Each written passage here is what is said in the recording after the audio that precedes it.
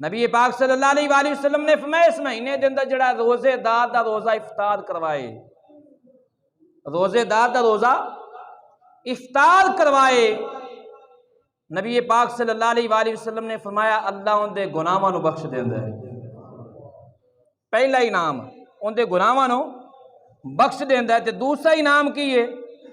اللہ اونا ثواب انہوں عطا کردا ہے، روزہ افطار کروان والے نو اونا ثواب عطا کردا ہے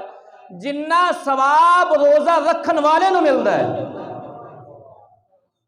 اور روزہ رکھن والے دے ثواب وچ کوئی کمی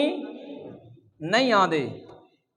تو نبی پاک صلی اللہ علیہ وآلہ وسلم نے جس وقت ارشاد فرمایا تے صحابہ نے عرض کی تھی فدا کا بھی و امی یا رسول اللہ، یا رسول اللہ ساڈے وچوں ہر بندہ یہ طاقت نہیں رکھتا کہ کسی دا روزہ افطار کروا لوے۔ صحابہ نے اس بات نو اس طرح سمجھا بھی افطار کروان تو مراد ہے کہ کسی دے واسطے کھانا پکایا جائے اور روٹی پکائی جائے انہوں تو جا کے کھوائے تے افطار تیندا نہ ہے،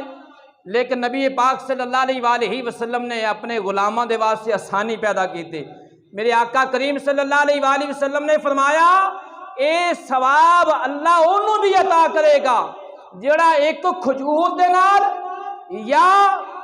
ایک گھٹ پانی دے نال یا دودھ دے نال یا کچی لسی دے نال روزہ افطار کروا دے گا، اے ثواب تے اللہ انہوں بھی عطا کرے گا۔ لیکن جڑا پیٹ بھر کے کھلائے گا روزے دار نو، افطاری دے اندر جڑا پیٹ بھر کے کھلائے گا، نبی پاک نے فرمایا قیامت والے دن اللہ انہوں میرے حوض تو پلائے گا اور میرے حوض تو پی کے وہ پھر پیاسا نہیں ہوئے گا تاکہ جنت کے اندر داخل ہو جائے گا۔